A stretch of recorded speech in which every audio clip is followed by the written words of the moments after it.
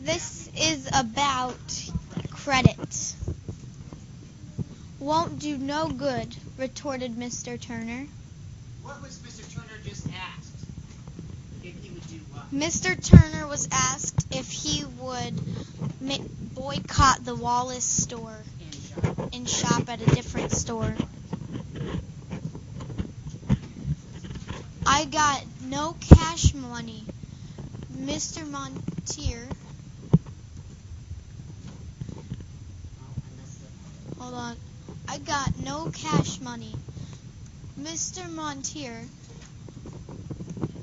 signs for me up at the Wallace store so's I can get my tools, my mule, my seed, my fertilizer, my food, and what few clothes I needs to keep my children from running plumb naked. Okay, so what does it mean when he signs for him? When he signs for him, he means that he's kind of making a contract with him saying, you'll give me some of your cotton and I'll exchange it for some of the stuff you need.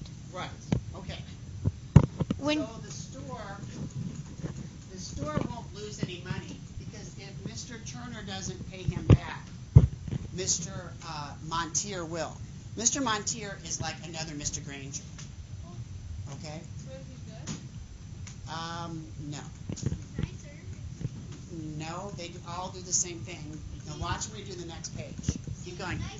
When cotton picking time comes, he sells my cotton, takes half of it, pays my debt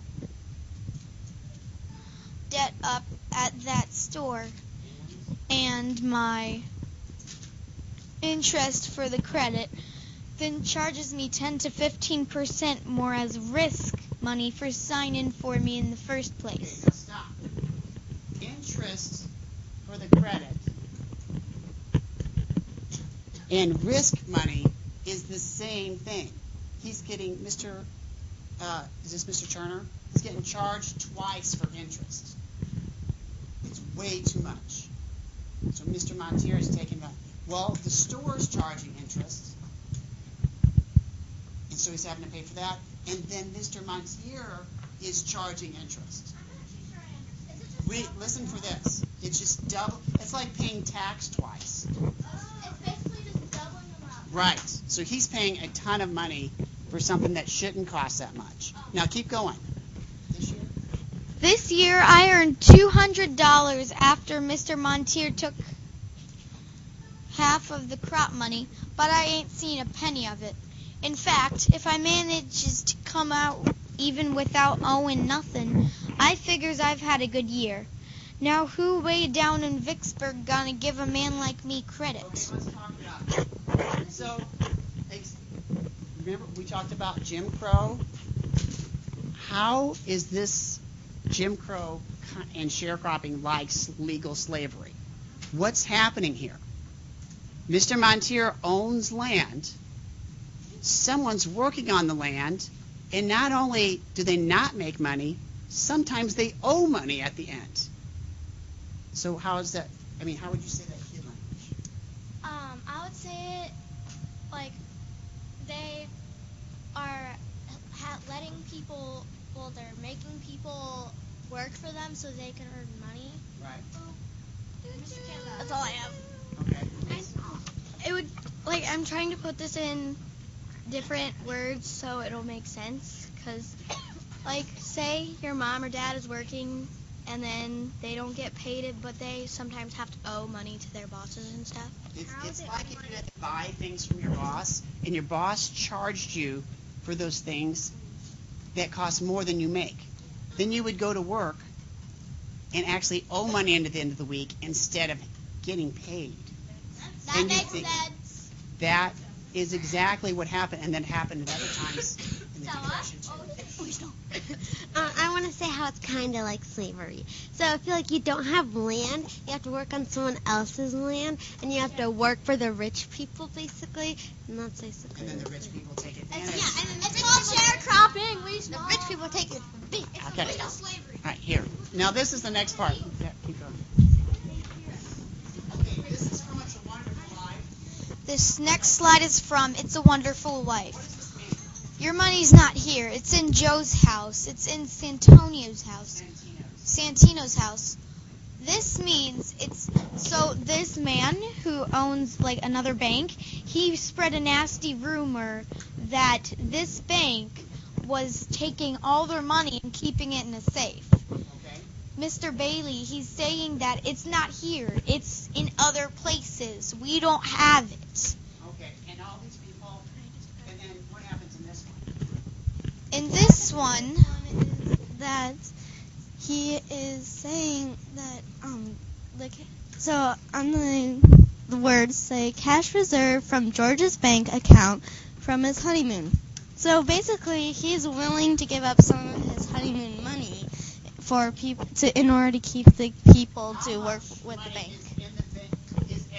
Explain where the money is down. Is it in the safe? the money is not in the safe. That isn't true. Right. What do they do with money when they get money? When they get money, they lend it to other people because the other people need money. And all these people came here demanding their money back because they heard this nasty rumor, but it's not true. It's not in the safe. It's not in the safe, and all these people want their money. So then Mr. Bailey's wife comes, but there's all his bank money, but to just save the people. He gets the money back. He gets the money back. It's kind of like like a loan for them because one of the guys, he wanted his money. He was going to go to another bank. Mr. Bailey said that it could be just a loan because it would take 60 days for him to get his money.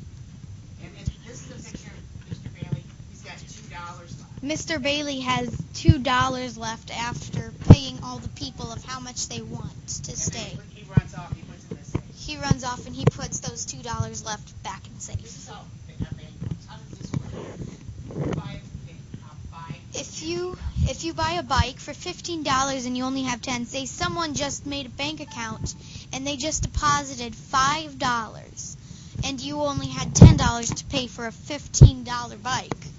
So it depends. You would get a loan from the bank for $5, but that person, you'd have to pay him back. In the bank, they would tax you sometimes what the person's money, what they got from the income, which would say maybe be $2, so you'd have to pay them $2 back. So you pay them for the $5 you borrowed. So you pay them in all $7. There's some other things we can talk about.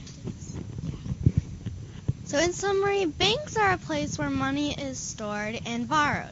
You earn interest. The banks earn interest when people borrow and pay it back. So like say for instance, my mom, say she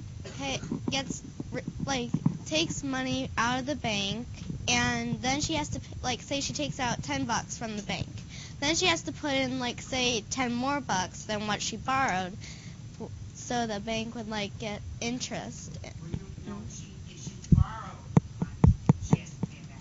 If it's her own money, you don't have to do it. So you don't have to borrow money if it's your own money.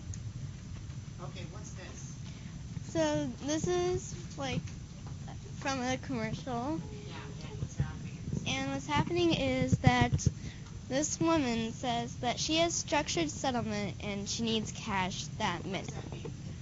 Structured settlement means you have a straight amount of money that you have that's coming, but say it's over time, maybe once every 2 or 3 months. Well, she's saying she needs the cash now, even though she has the structured settlement. And what will J.G. Wentworth do? J.G. Wentworth, this is a commercial for his thing. J.G. Wentworth will pay you some amount of money, but he won't pay you as much as you will get for your structured settlement. So if he pays you that money, then he gets your structured settlement, and he keeps getting the money, not you. And that's the same thing with this guy. This guy, he says he has an annuity. It's like a dead relative gives you this amount of money, say maybe $100, but he needs the cash now. So he'll get paid a bit less. He'll get paid less than the annuity, and he'll get it now. But then the annuity goes over, and he loses that. So he's getting less faster. What's this about? This is one for Title Max. It's saying they'll give you lots and lots of money. And it's temporary money. This is what's called collateral. The Title Max will give you, like, there's a piece, like I have that in a file at home. It's the state of Illinois, and it's how much, it's my car. It says I own the car. And if I was desperate for money, I can go to Title Max and go, give me a couple $1,000s, and they go, why should we? Well, you can have my car if I don't pay you back. Why would you say that? Because people get desperate for money. So when you watch these commercials, they always have to do with a desperate situation. And people in desperate situations don't always make the best financial decisions. So she might hand over this great title to this great car, and if something really bad happens, she can't pay it back. The company gave her $2,000, but if the car is worth $8,000, the title company gets to sell the car and make $6,000 profit. It's a huge profit. But people like that probably aren't going to use Title Max. And the other thing I've noticed that those commercials are on during the day or really late at night when people will be thinking about desperate situations. Okay, Bella.